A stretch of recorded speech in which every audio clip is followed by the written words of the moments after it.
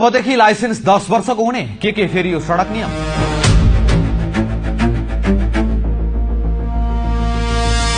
एकपटक सोच्नुहोस् मात्रै, तपाईको अगाडि एउटा भयावह सडक दुर्घटना हुन्छ। कोही व्यक्ति रगतले लतपतिएको छ, छटपटाइरहेको छ र सहयोगका लागि पुकारिरहेको छ। तपाईको मनमा उसलाई बचाउने इच्छा त छ, तर एउटा डरले तपाईको खुट्टा थामिन्छ। यदि मैले अस्पताल पुर्याउँदै उसको ज्यान गयो भने प्रहरीले मलाई नै झमेलामा पार्ने त होइन, अस्पतालले पैसा माग्ने त होइन। यही डरका कारण नेपालका सडकमा वर्षेनी हजारौं मानिसले समयमै उपचार नपाएर अकालमा ज्यान गुमाइरहेका छन्। तर अब यो अवस्था बदलिँदैछ। सरकारले 3 दशक पुरानो कानूनलाई खारेज गर्दै एउटा यस्तो क्रान्तिकारी विधेयक ल्याएको छ जसले दुर्घटनामा घाइते बचाउनेलाई हिरो मान्ने छ, अपराधी होइन। आजको यस विशेष भिडियोमा हामी भौतिक पूर्वाधार तथा यातायात मन्त्रालयले तयार गरेको सवारी तथा यातायात सम्बन्धी विधेयक 2082 को पुनः सिरफार गर्नेछौं। लाइसेन्सको अवधि 10 वर्ष पुग्नेदेखि पठाओ इन ड्राइभले कानूनी मान्यता पाउने लगायत अन्य के विषय समावेश छन्।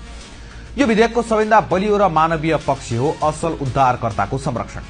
अहिलेसम्म हाम्रो समाजमा दुर्घटना हुँदा मानिसहरू भिडियो खिच्छन् तर घाइते उठाउँदैनन्, किनकि कानूनी झमेलाको डर छ।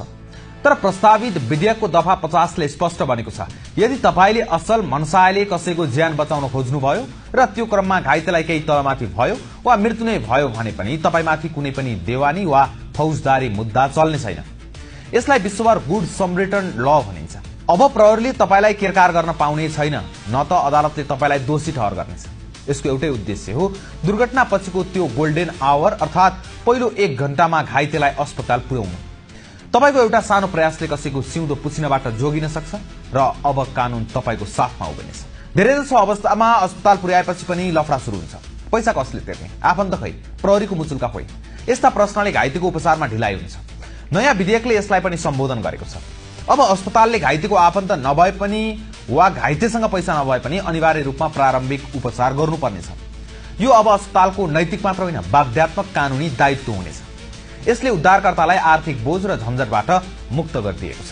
तपाईलाई लाइसेन्स नवीकरण गर्न यातायात कार्यालयमा लाग्ने भेट र शास्तिले दिक्क लाग्छ? अब खुसी हुनुहोस्, सरकारले लाइसेन्सको बाल अवधि 5 वर्षबाट बढाएर 10 वर्ष पुर्याउने प्रस्ताव गरेको छ। 10 वर्षमा एकपटक मात्र नवीकरण गर्दा पुग्ने भएपछि यातायात कार्यालयको भीड़ घट्ने र सेवाग्राहीलाई सजिलो हुने निश्चित छ। तर लाइसेन्स लिने उमेरमा भने केही कडाई गरिएको छ। 2 पाङ्ग्रेका लागि 18 वर्ष पूरा भएको हुनुपर्ने, साना मझौला 4 पाङ्ग्रेका लागि 21 वर्ष, ठूला सवारीका लागि 23 वर्ष। त्यस्तै 65 वर्ष कटेका वृद्धहरूले अब सार्वजनिक यातायात बस ट्रक चलाउन पाउने छैनन्। दृष्टिदोष भएका वा मानसिक स्वास्थ्य ठीक नभएका व्यक्तिलाई पनि लाइसेन्समा पूर्ण रूपमा रोक लगाइनेछ। यो सडक सुरक्षाका लागि